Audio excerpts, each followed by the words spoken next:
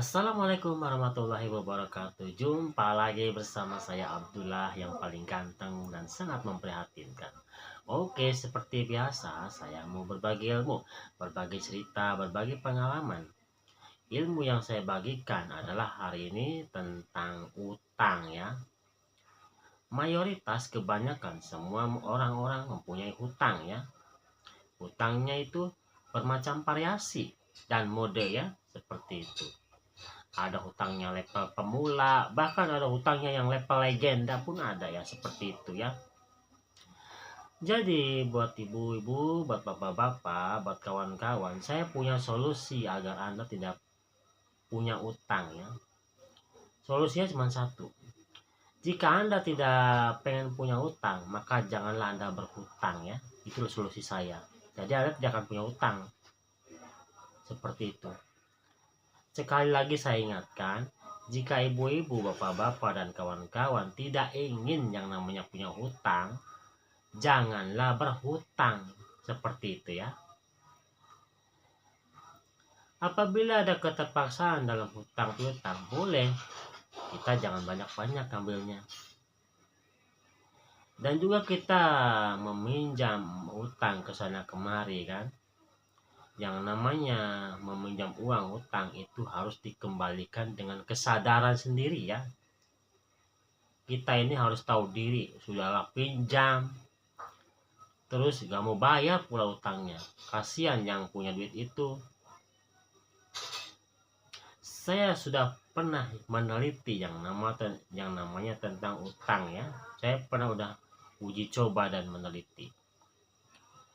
Jadi saya contoh yang memberikan hutang ya.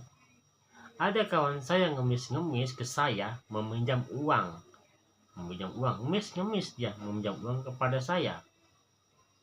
Diseling beberapa bulan kemudian, yang ngemis-ngemis kawan saya itu yang punya utang ke saya, malah jadi terbalik, saya yang ngemis nagih hutang. Seperti itu. Aturan kawan saya yang ngemis minjam punya utang, malah sekarang giliran saya yang ngemis nagih hutang gitu. Jadi yang nagih hutang malah jadi pengemis, bukan lagi yang minjem uang jadi pengemis. Seperti itu. Jadi terbalik. Jadi buat ibu-ibu, buat bapak-bapak, buat kawan-kawan, apabila Anda tidak ingin yang namanya terlibat dengan hutang, maka gak usahlah Anda berhutang atau meminjamkan uang kepada kawan. Janganlah kalau bisa. Kalau itu sulit untuk dibayar. Akan tetapi kalau hari ini pinjam besoknya bayar, tidak jadi masalah. Seperti itu ya.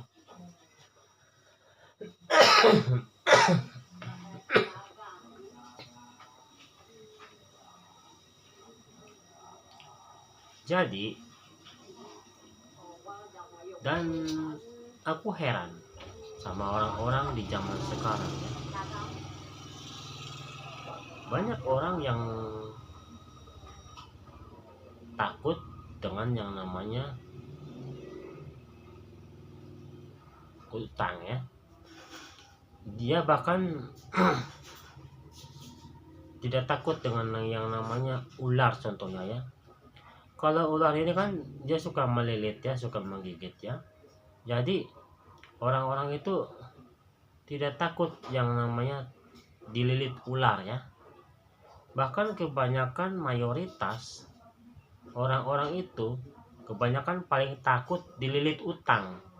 Seperti itu. Jadi tidak takut yang namanya dililit ular. Jadi yang ditakuti manusia zaman sekarang itu takut dililit utang. Seperti itu ya.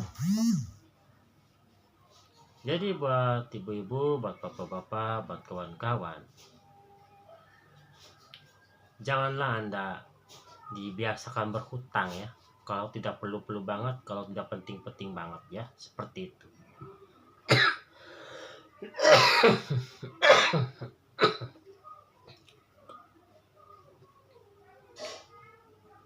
Kalau seandainya kita tidak punya uang, kita meminjam ke saudara atau ke kawan, kita ini harus sadar diri, tahu diri.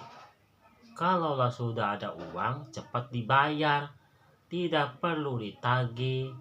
Jadi buat ibu-ibu, buat bapak-bapak, buat kawan-kawan, kalaulah Anda punya utang, janganlah nunggu ditagih, haruslah dengan kesadaran sendiri ya. Jadi buat ibu, bapak-bapak, buat kawan-kawan, yang namanya hutang ini harus dibayar ya. Bahkan menuju alam kubur pun harus dibayar. Ke alam kubur, alam padang mahsyar, bahkan ke alam sirat, ke alam apa aja lah gitu, bahkan ke nyampe ke alam akhirat. Itu yang namanya hutang, terus dikejar sampai dilunasi ya. Apabila kita punya hutang di dunia menggunakan uang, di alam kubur terus bagaimana cara membayarnya? Di alam akhirat juga bagaimana cara membayarnya? Harus pakai uang lagi lah kalau bisa. Kalau uangnya nggak ada kayak mana? Amal kebaikanmu dikasihkan ke yang terlibat itu, yang meminjamkan tadi gak mau bayar itu dikasihkan. Kita punya utang nggak bayar, kita kasihkan amal kebaikannya. Kalau nggak ada amal kebaikan sama sekali, maka si dosa yang kita punya itu kita timpakan kepada diri kita. Itulah resiko yang namanya punya hutang. Bahkan orang yang berdakwah aja atau berjihad aja, dia punya utang, mati ya, ditunda masuk surganya, nggak bakalan dia masuk surga walaupun dia dalam keadaan berjihad atau berdakwah, tapi dia meninggalkan hutang ya. Makanya buat para ulama, buat para dai-dai Allah, apabila Anda mau berdakwah, mau berjihad, tolonglah jangan Anda mempunyai hutang ya. Bereskan dulu hutang Anda ya. Bereskan dulu hutang Anda. Jangan sampai Anda pergi dakwah atau pergi berjihad, Anda masih meninggalkan hutang. Kalau sempat Anda mati, siapa yang membayar? Coba jawab. Pasti Anda yang harus dibayar.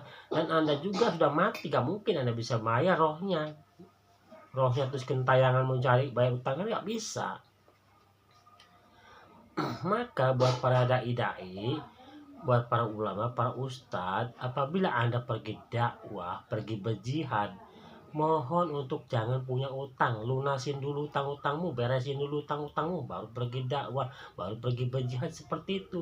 Dikhawatirkan Anda mati dalam keadaan dakwah, dalam keadaan punya utang. Dikhawatirkan Anda mati juga dalam keadaan berjihad, Anda punya utang. Seperti itu. Jadi jangan anggap sepele punya utang itu. Hutang harus tetap dibayar. Walaupun gope 1.000, 2.000, tetap dibayar utang itu. Sepele kali mau utang. Surga loh ini taruhannya. Antara surga dan neraka ini utang ini. Luar biasa ini. Jangan anggap sepele ya dengan hutangnya. Kau pikir seenak jidatmu pinjam uang orang, gak mau bayar, kau bisa lari? Gak bakalan Anda bisa lari, gak bakalan. Nyampe ke akhirat pun tetap akan dikejar. Paham kan sampai sekarang? Oke, buat ibu-ibu, buat bapak-bapak, buat kawan-kawan, jadi saya sarankan apabila Anda mempunyai hutang, mohon untuk kesadaran sendiri. Bayarlah hutang Anda tanpa perlu ditagih. Seperti itu. Dan janganlah kita meminjam uang kepada yang kita pinjam itu mengemis-ngemis nagih utang ke kita. Jangan seperti itu. Kita itu sadar diri loh, sadar diri. Kita ini sudah ditolong sama seseorang yang kita kasih pinjamkan uang. Masa kita berbalik jahat? Orang dia mau nagih utang kita gak mau bayar. Gimana otak kita, gimana hati kita? Itu. Ada lagi yang lebih parah dan sangat geram dan sangat menjengkelkan. Ketika di waktu masa hidupnya dia punya hutang, ketika ditagih tarsok, berulang-ulang kali tarsok.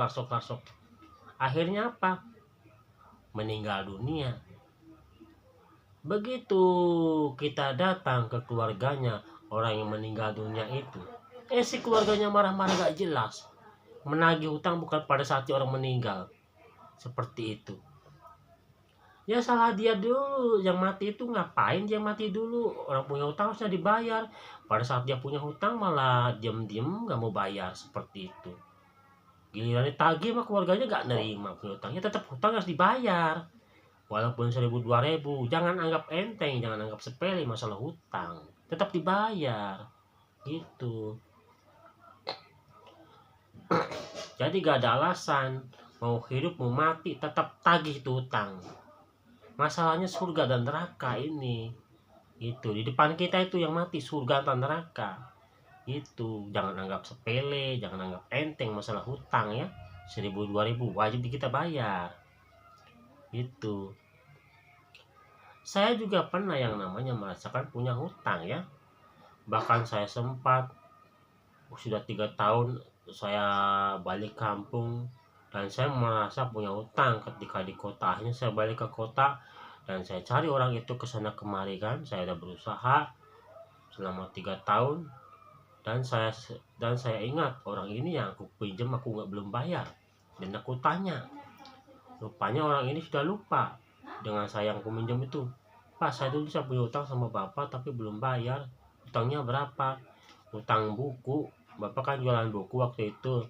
Jadi buku itu waktu itu saya beli 30 buku ini.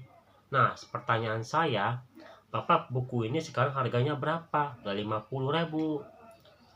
Jadi yang namanya utang sesuai harga buku ya. Apabila buku ini harganya 30, diseling 3 tahun kemudian, harga buku yang 30 ini diseling entah 5 tahun kemudian ya. Harga buku 30 terus berubah menjadi 50.000, maka kita harus bayar 50.000 seperti itu ya. Jadi seperti itu cara pembayarannya ya. Jadi kita nggak bisa harga tetap seperti itu. Kita harus ngikutin aturan harga naik turunnya seperti itu. Oke, sudah saya jelaskan tentang masalah hutang. Jadi buat ibu-ibu, buat bapak-bapak, buat kawan-kawan, saya sudah kasih solusi untuk Anda. Jika Anda tidak ingin punya hutang, maka janganlah Anda berhutang. Pasti tidak punya hutang. Dan janganlah Anda berpedoman ya. Kalau kita tidak punya hutang, tidak akan pernah semangat. Ini adalah perkataan bodoh, perkataan orang bodoh dan doa-doa yang sangat konyol. Kalian tahu tidak, kalau kalian berkata kalau kita hidup itu harus punya hutang, maka Allah kabulkan Anda hutang Anda banyak-banyak. Apa enggak Anda kebingungan punya hutang banyak? Coba seperti itu. Janganlah berpedoman seperti itu hidup Anda. Itu namanya Anda menginginkan hidup punya banyak utang seperti itu jelek. Kalau berpedoman hidup saya berbeda. Saya ingin hidup saya nggak punya utang seperti itu. Walaupun hidup apa adanya, ya seperti itu. Janganlah Anda berpedoman nggak punya utang, katanya hidup gak semangat, kerja gak semangat seperti itu. Jangan. Itu adalah ajaran yang sangat menyesatkan ya. Ajaran seperti itu tidak boleh. Itu adalah doa. Setiap perkataan adalah doa ya. Maka doa-doa apapun itu, mau jelek mau buruk, pasti dikabulkan Allah. Seperti itu ya. Jadi kalau ada orang, baik ibu-ibu, baik kawan-kawan ya, kalau Anda sekali lagi ada yang mengatakan berpedoman hidup itu harus punya hutang agar kerja semangat, adalah hidup semangat, maka aku doakan semoga hutang Anda paling banyak ya. Saya doakan biar ada biar hidup Anda semangat, kerja semangat, karena Anda punya banyak hutang banyak yang gak lunas-lunas ya. Dul, hayang uras dage. Make dage beureuh mayang. Yang kayak sore lah. Hah? Oh, kayak sore. Oke, ini saja yang saya dapat sampaikan. Mudah-mudahan ada manfaatnya. Sekian, terima kasih. Assalamualaikum warahmatullahi wabarakatuh.